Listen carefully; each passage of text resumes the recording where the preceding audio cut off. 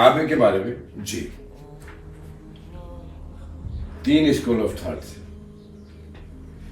یہ خانہ کعبہ کو ملائک نے بنایا، تو لینا ابھی. اللہ. دوسرا یہ تھا کہ سیدنا حضرت آدم علیہ السلام نے بنایا. یعنی سب سے پہلے کعبۃ اللہ کو جو ہے وہ فرشتوں نے تعمیر کیا. یہ 3 اسکول آف تھاٹ تھے. جی یہ ملائک نے بنایا.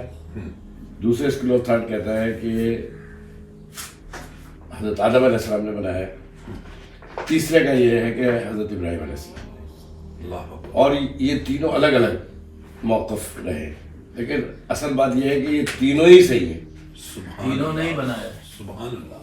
حضرت آدم علیہ السلام کے ساتھ ملائک نے مل کے اللہ اکبر. اس کی تعمیر کی، نشان لگائے گئے ہائے ہائے. اور پھر کھدائی ہوئی.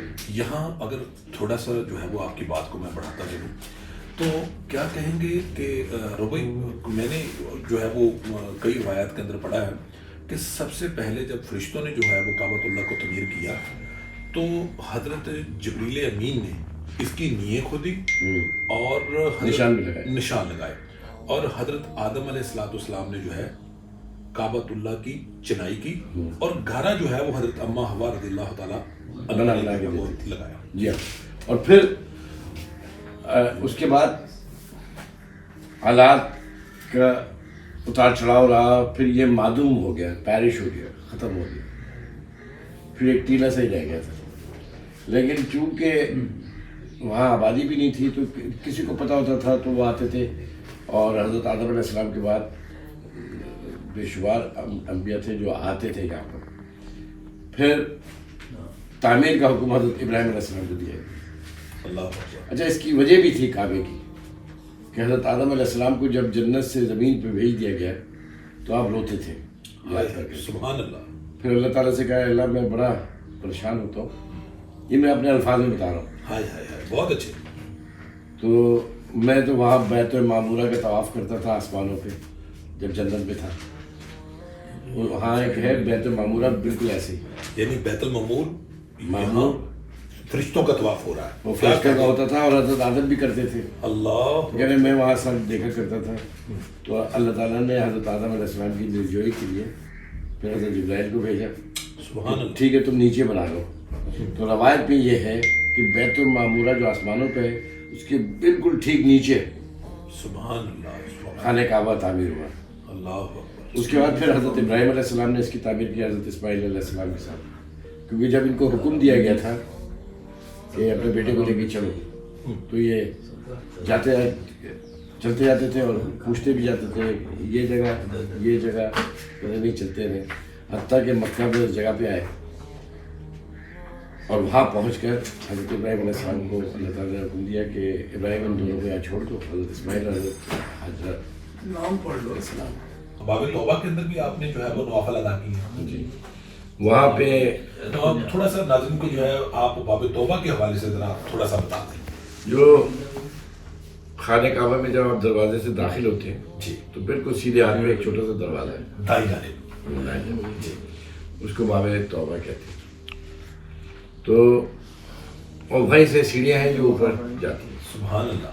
سبحان اللہ. تو اللہ بھلا کرے عبدالرحمان شیبی کا جو مطلب میری اپنی اولاد کی طرح ہے، اللہ بھائیوں کی طرح. تو جب ہم خانہ کعبہ کے اندر تھے تو اس نے کہا باب توبہ میں جاؤ گے؟ سبحان میں نے اللہ. کہا ہاں ہاں. سبحان اللہ. اس نے کھولا مجھے اندر کر کے، کیونکہ لوگ بھی گئے اور سارے موسٹ وی آئی پیز تھے. اللہ اکبر. تو اس وقت ایک جسٹس ڈوگر صاحب تھے وہیں پہ اور وہ میرے ساتھ ساتھ ہی صاحب تھے. جی. تو مجھے اچھا نہیں لگ رہا تھا کہ میں چلا جاؤں بولے جائیں. تو میں نے ڈوگر صاحب کو بھی لیا. میں نے کہا آپ بھی اندر آئیں. اللہ اکبر. انہوں نے پھر کنڈی لگا دی. اندر اندھیرا. ہائے ہائے ہائے. پھر تو سمجھ میں نہیں آ رہا تھا ہم کہاں ہیں. ہائے ہائے ہائے. کعبے کے اندر، بس کعبے کے اندر آپ چلے جائیں تو پھر تو ہر جگہ ہی وہ. میں تو لوگ اس بات کو اس طرح بڑھاؤں گا آپ کی. باب توبہ وہ مقام، وہ جگہ ہے یہاں حضرت آدم علیہ السلام کی جو ہے وہ توبہ قبول ہوئی. بظاہر تو وہ سیڑھی جو ہے چھت کے اوپر لے کے جاتی ہے. کئی محدثین اس کے بارے میں یہ فرماتے ہیں کہ یہ جو سیڑھی ہے یہ بیت المعمور کے ساتھ کنیکٹڈ ہے. اصل میں بیت المعمور کیا چیز ہے؟ بیت المعمور وہ جگہ، وہ مقام ہے یہاں پروردگار عالم نے جو اس کے جو فرشتے ہیں وہ طواف کرتے ہیں. اوپر اللہ کا عرش ہے اور اس کے نیچے جو ہے بیت المعمور ہے اور اس کے بالکل نیچے جو ہے کعبۃ اللہ ہے.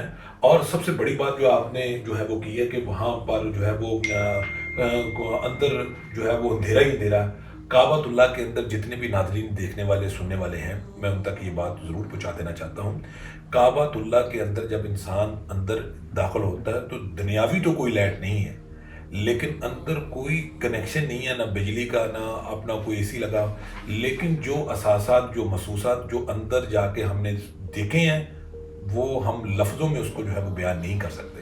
میں اس کو آپ کو تھوڑی بات بتاؤں اندھیرے سے بڑا. جی. ایک تو وہ اندھیرا ہے جو ہم ایک منفی انداز سے دیکھتے ہیں. آپ کو اللہ تعالیٰ نے آنکھیں دی ہیں جو روشن ہیں، جب آپ آنکھ کھولتے ہیں تو آسمان کے ستاروں تک پہنچتی ہے، آسمان تک پہنچتی ہے. لیکن جب آپ آنکھ بند کرتے ہیں تو بینائی ختم ہو جاتی ہے اور اندھیرا چھا جاتا ہے. لیکن آنکھ بند کرتے ہی آپ کا دل اندر سے روشن ہونا شروع ہو جاتا ہے. اللہ اکبر، اللہ اکبر. تو وہ میری مراد اس نور سے ہے کہ جب آپ آنکھیں بند کرتے ہیں تو پھر آپ کے جب دل جاگ رہا ہوتا ہے تو پھر وہ نور کی تجلیاں ہوتی ہیں. سبحان اللہ. اور اب تو سائنس بھی کہہ رہی ہے کہ ڈارک انرجی، ہائے ہائے ہائے، ڈارک انرجی جو ہم دیکھتے ہیں نا ہر طرف اندھیرے اندر کائنات میں نظر آتا ہے، وہ بنیادی طور پہ خود اپنی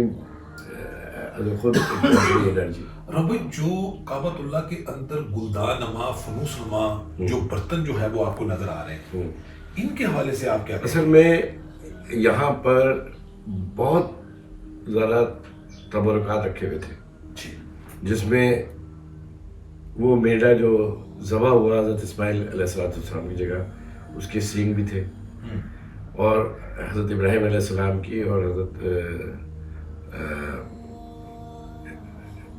ان دونوں انبیاء کے بہت سارے تبرکات تھے اور بہت سارے تبرکات رہے جو مختلف. پھر 2 دفعہ تو اس پہ آگ لگی تھی، ایک حجاج بن یوسف کے دور میں جب منجنیقیں چلائی گئی اس میں وہ ساری چیزیں جل گئی تھیں. لیکن یہ بکسوں میں رکھی ہوئی تھیں چیزیں جو بادشاہ آتے تھے، کوئی گلدان دے جاتا تھا، سبحان اللہ، کوئی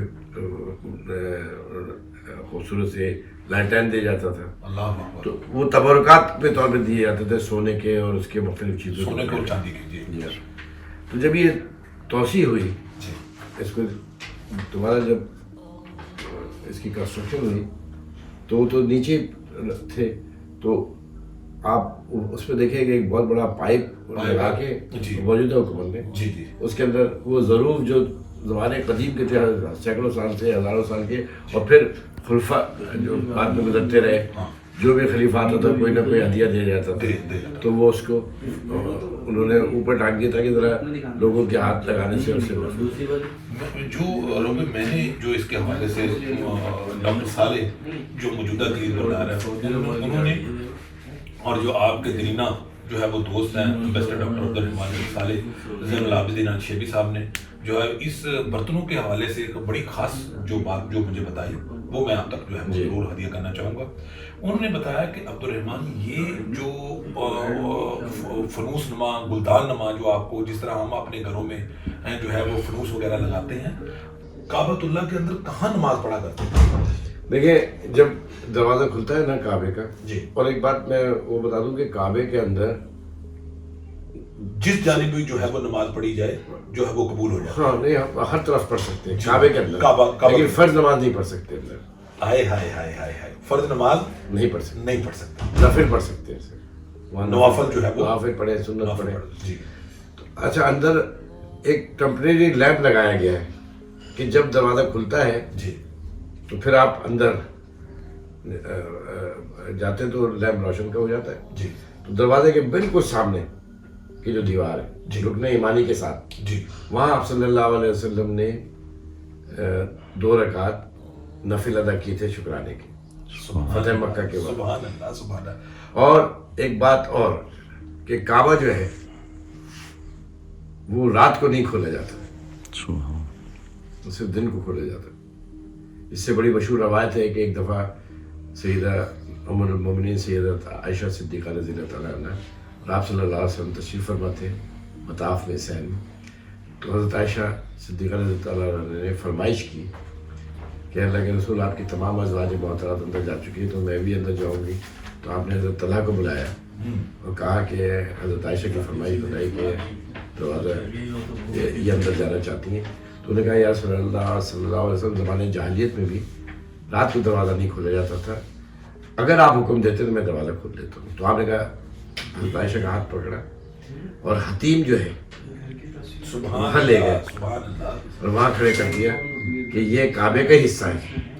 تو اس پر حضرت عائشہ صدیقہ رضی اللہ تعالیٰ عنہ تو بہت بڑی فقیہ تھی اور ایک سوال کرتی تھی حضور سے, کوئی موقع نہیں جانے دیتی. انہوں نے کہا یا رسول اللہ صلی اللہ علیہ وسلم, دو باتیں انہوں نے پوچھی. تو ایک تو حتیم کا بتا دیا, انہوں نے کہا کہ یہ کعبہ یہاں تک تھا لیکن عرب کے اس سرداروں کے پاس حلال پیسے نہیں تھے, تو جہاں تک آیا وہاں تک انہوں نے بنا دیا, باقی یہ ایک نشان لگا دیا تھا یہ کعبے کا حصہ ہے. تو پھر حضرت عائشہ صدیقہ رضی اللہ عنہ سوال کیا گیا صلی آپ کیوں نہیں اس کو مکمل کر دیتے, ایسی بنا دیں. یعنی مطلب یہ کہ حتیم کے اندر اگر نماز, وہ کعبے کے اندر کی نماز ہے, نماز اندر کی نماز ہے. آپ یہ دیکھیں یعنی جو لوگ حتیم کے اندر نماز پڑھ لیتے ہیں تاکہ سب پڑھیں, اللہ ہر کوئی جا سکتا ہے. اللہ اکبر اللہ اکبر. حتیم میں وہی حضرت عائشہ صدیقہ رضی اللہ عنہ کو حضور خود لے گئے تھے. تو حضرت عائشہ صدیقہ نے کہا یا رسول اللہ وسلم آپ اس کو مکمل کیوں نہیں کر دیتے. تو انہوں نے فرمایا, اس کا مفہوم ہے جو کچھ میں بتا رہا ہوں, انہوں نے کہا کہ لوگ ابھی نئے نئے مسلمان ہوئے, وہ شاید اس طرح اس کو تسلیم یا قبول نہ کریں, آپ نے ایز اٹ از اس حالت میں رہا. دوسرا حضرت عائشہ صدیقہ رضی اللہ عنہ نے سوال کیا کہ یا رسول اللہ وسلم اس کی سیڑھیاں اتنی اوپر کیوں ہیں, دروازے اتنا اوپر کیوں ہیں. تو آپ صلی اللہ علیہ وسلم نے فرمایا, میں مفہوم بتا رہا ہوں, آپ نے بتایا یہ اس لیے تاکہ ان کی اپنی مرضی ہو کہ جس کو اندر جانے دینا چاہیں تو اندر جانے دیں, جس کی مرضی ہو نہیں جانے دیں. تو آپ صلی اللہ علیہ وسلم. اچھا بھائی ایک چیز جو ہے جب جو ہے وہ کیونکہ آپ بھی کافی بہت دفعہ جو آپ کو دیکھا گیا آپ غسل کے اندر جو ہے وہ آپ کو جو ہے وہ آپ آئے, ہم نے بھی اپنا جو ہے وہ کئی دفعہ غسل کے اندر جو ہے وہ شامل ہوئے. تو آپ سے یہ پوچھنا تھا کہ ایک اندر جو ہے ایک مسلح ہے اور اس کے اوپر خاص قسم کے جو ہے وہ نشانات جو ہے وہ لگائے گئے ہیں, اس حوالے سے آپ کیا کہیں گے کہ وہ مسلح جو ہے وہ مجھے ڈاکٹر صالح زین العابدین الشیبی صاحب نے فرمایا کہ عبدالرحمٰن یہ وہ مسلح ہے جہاں جناب رسالت مآب صلی اللہ علیہ وسلم نے جو ہے وہ نماز پڑھی ہے, وہ نشان لگائے گئے ہیں جہاں جہاں حضور نے. اصل میں یہ فتح مکہ کے بعد اس کے وقت 2-3 صحابہ تھے اندر سے جب غسل ہوا, اور اس کے بعد حضرت غسل کی جو سنت ہے وہ یہیں سے جو ہے وہ شروع ہوئی, کیونکہ بت جتنے تھے وہ توڑ کے باہر نکالے گئے, جو تصویریں تھی حضور نے مٹائی تھی اور اس کے بعد اس کو پاک کیا تھا غلاظتوں سے. تو جب آپ نے نماز پڑھ لی اور اس کے بعد دروازہ تو کھلا ہوا تھا تو صحابی آتے تھے پوچھتے تھے, جلیل القدر صحابی کے حضور نے کہاں نماز پڑھی, تو بتاتے تھے یہاں پڑھی یہاں پڑھی. یعنی اس لیے جو ہے وہ وہاں نشانات جو ہے. اور اب تو کعبے کے معجزات یہ دیکھیے, ایک بات یہ سمجھے کہ ہزاروں سال سے کعبہ موجود تھا,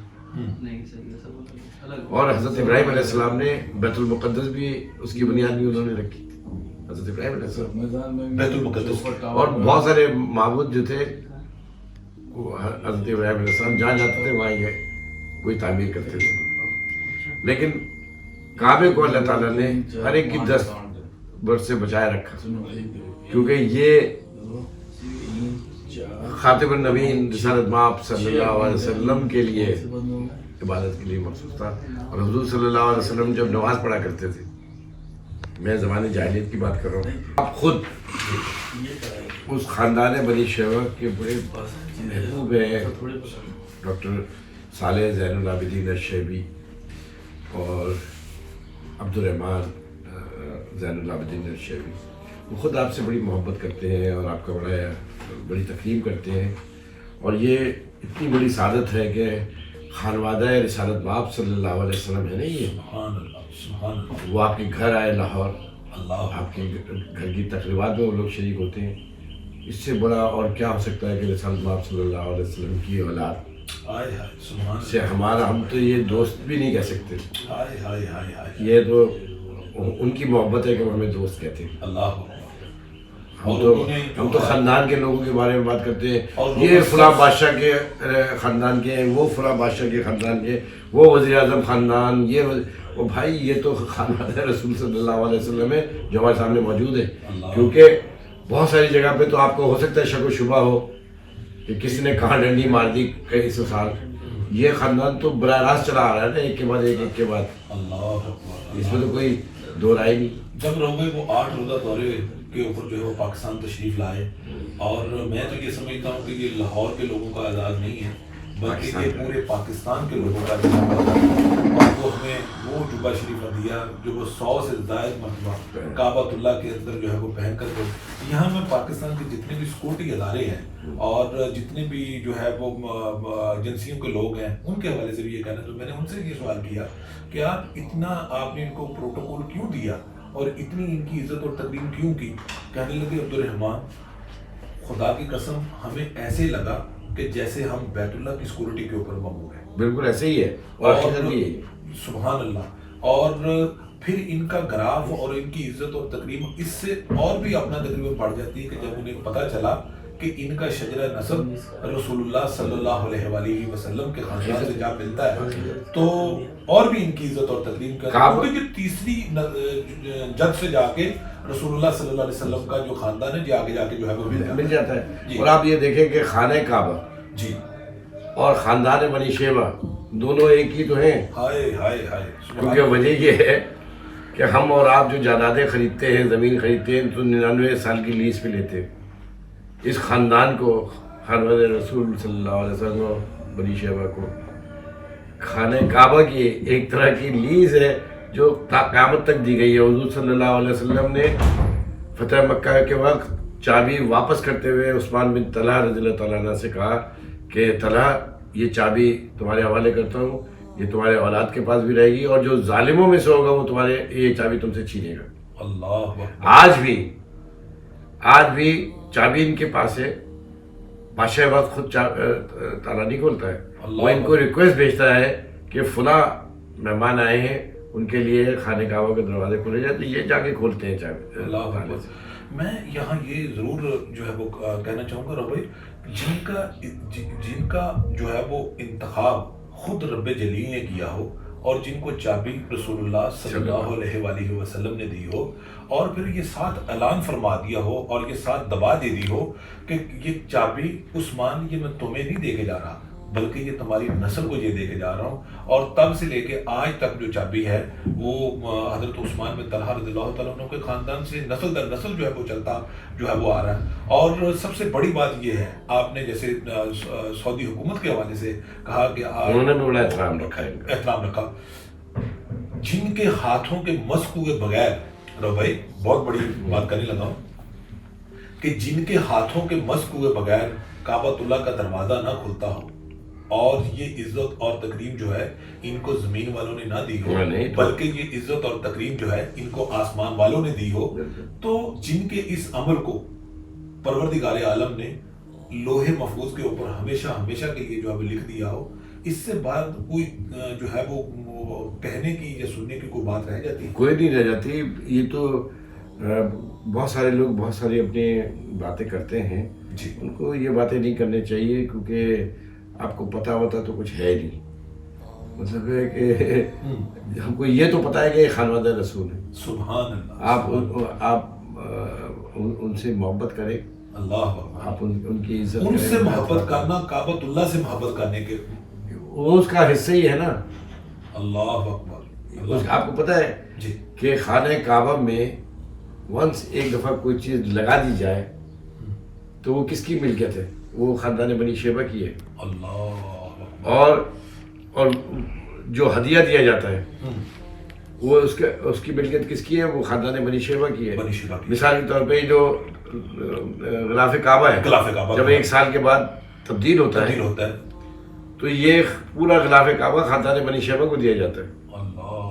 اس کے اندر جب دروازوں کی توسیع ہوتی تھی یا پرنالے کی توسیع ہوتی تھی یا کوئی بھی چیز ہوتی تھی، جب تبدیل چینج کیے جاتے تھے تو اس کا جو جو بھی چیز نکلتی تھی وہ خاندان بنی شیبہ کو دی جاتی تھی.